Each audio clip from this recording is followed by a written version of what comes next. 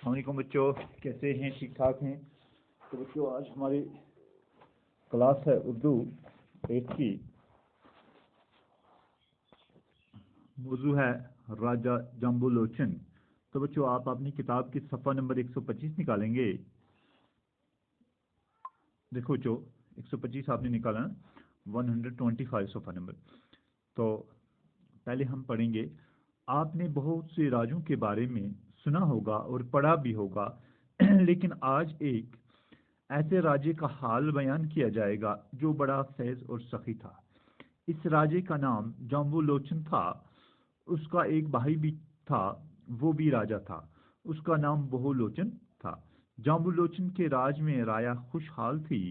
لوگ امن و سکون سے زندگی بسر کرتے تھے۔ کہیں کوئی محتاج نہ تھا، اناج کی کہیں کمی نہ تھی۔ دور دور سے لوگ سیاح کی غرض سے یہاں آیا کرتے تھے۔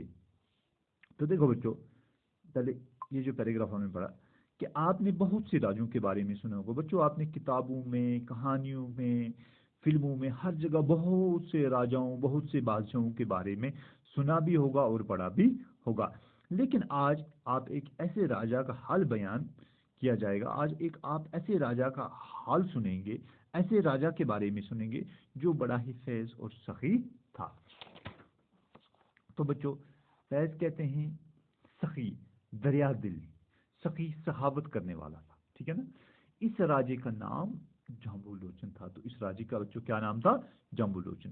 اس کا ایک بھائی بھی تھا، وہ بھی راجا تھا۔ اس کا ایک بھائی تھا، وہ کیا تھا؟ وہ بھی راجا تھا، اور اس کا نام بہو لوچن تھا۔ جو اس کا بھائی تھا بچوں، اس کا کیا نام تھا؟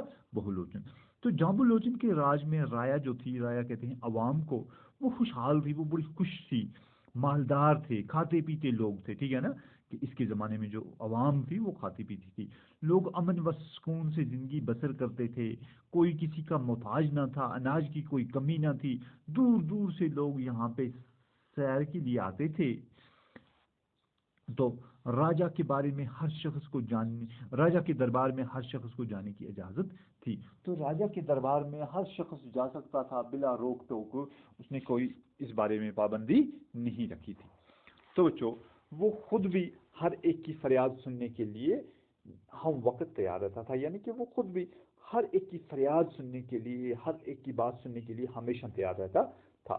راجا نے اعلان کرا رکھا تھا کہ کوئی سرکاری اہلکار کسی کے ساتھ سختی سے پیش نہ آئے گا۔ تو راجا نے ساتھ میں یہ بھی اعلان کروا رکھا تھا کہ کوئی بھی سرکاری اہلکار، کہ کوئی بھی سرکاری ملازم رایا کے ساتھ، عوام کے ساتھ، کسی بھی سیلن کے ساتھ سختی سے پیش نہیں آئے گا۔ تو بچوں راجا کے اس حکم کی سبھی تعمیل کرتے تھے۔ تو راجا کا جو یہ حکم تھا، سبھی لوگ اس کی کیا کرتے تھے؟ تعمیل کرتے تھے، اس کی بات مانتے تھے۔ راجا جامبو لوچن کو ادب سے بڑا شغاوت تھا، یعنی کہ اس کو ادب کے ساتھ بڑا ہی لگاؤ تھا۔ ادب کے ساتھ اس کو بہت بڑا لگاؤ تھا، شاعر و شاعری کے ساتھ۔ اس نے اپنے دربار میں ادیب و شاعر جمع کیے ہوئے تھے۔ تو اس کا جو دربار تھا اس میں بہت سارے ادیب تھے، شاعر لوگ تھے۔ راجا نے اپنے دربار میں کئی قصے گواہ بھی رکھے تھے، یعنی کہ کہانیاں سنانے والے لوگ، قصے بیان کرنے والے لوگ بھی اس نے اپنے دربار میں رکھے تھے۔ وہ ان سب سے اچھی اچھی باتیں، قصے، کہانیاں سنتا اور خوش ہوتا تھا، یعنی کہ وہ ان لوگوں سے اچھے اچھے قصے، کہانیاں سنتا اور خوش ہوتا تھا، یعنی کہ اپنے دل کو بہلاتا تھا۔ وہ کبھی کبھی ان ادیبوں اور شاعروں کو انعام و اکرام سے بھی نوازتا تھا، اور کبھی کبھی بیچ میں وہ اپنے جو اس کے پاس وہاں پہ ادیب اور شاعر لوگ تھے تو ان کو انعام و اکرام سے بھی وہ نوازتا تھا۔ دربار میں اکثر شاعر و ادیبوں کی محفلیں منعقد ہوتی تھی۔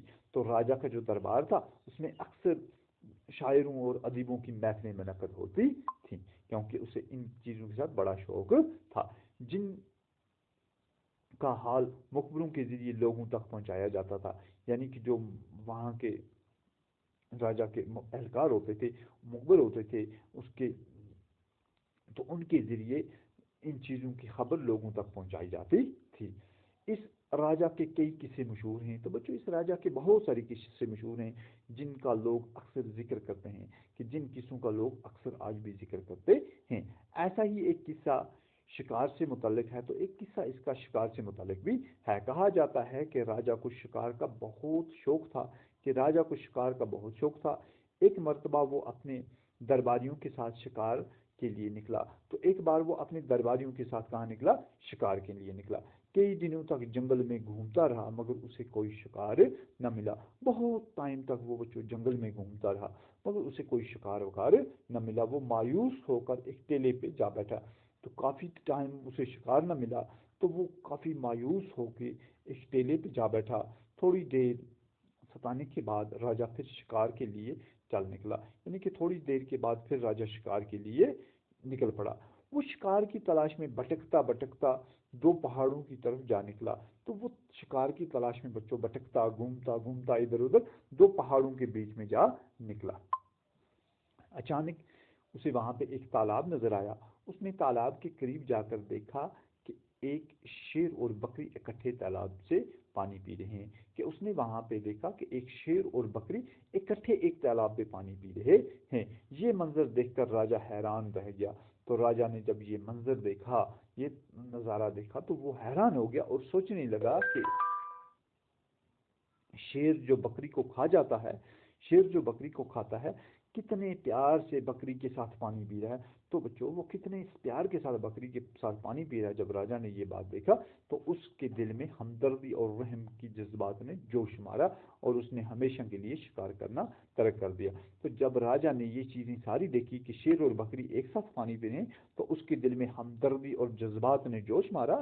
تو بچوں اس نے ہمیشہ کے لیے اس کے بعد سے شکار کرنا ترک کر دیا، یعنی شکار کرنا چھوڑ دیا۔ اس نے عہد کیا کہ اب وہ کسی قسم کا شکار نہیں کرے گا، اور اس نے وہاں ہی پہ یہ عہد کر لیا، یہ فیصلہ کر لیا کہ اب وہ کسی قسم کا بھی شکار نہیں کرے گا۔ راجا نے جس مقام پر شیر اور بکری کو ایک ساتھ پانی پیتے دیکھا وہاں ایک خوبصورت شہر بسایا اور اپنے نام پر اس شہر کا نام جھامبو رکھا۔ تو راجا نے جس جگہ پہ شیر اور بکری کو پانی پیتے دیکھا تھا وہاں اس نے ایک خوبصورت شہر بسایا اور اس شہر کا نام اس نے اپنے نام پہ جھمبو رکھا، جو رفتہ رفتہ بچوں آج جموں کے نام سے مشہور ہوا۔ ٹھیک ہے نا۔ راجا جھمبو لوچن نے اس شہر میں کئی مندر بھی بنوائے اور بہت سارے مندر بھی اس نے بنوائے۔ اسی زمانے سے یہ شہر مندروں کا شہر کہلانے لگا ہے۔ تو اسی زمانے سے یہ شہر جو ہے، جموں شہر جو ہے، یہ مندروں کا شہر بھی کہلاتا ہے۔ ابتدا میں یہ چھوٹا سا شہر تھا، آبادی کم تھی، بازار بھی کم تھے۔ جو شروعات تھی بچوں، کہیں بھی جب کسی چیز کی بنیاد کی جائے تو وہ بہت کم ہوتی ہے۔ تو یہ بہت چھوٹا شہر تھا، آبادی بھی کم تھی، تو بازار بھی کم تھے۔ تو بچوں آج کے لیے اتنا ہی، باقی انشاءاللہ ہم جو حصہ ہے وہ اس کا کل دوسرا حصہ پڑھیں گے۔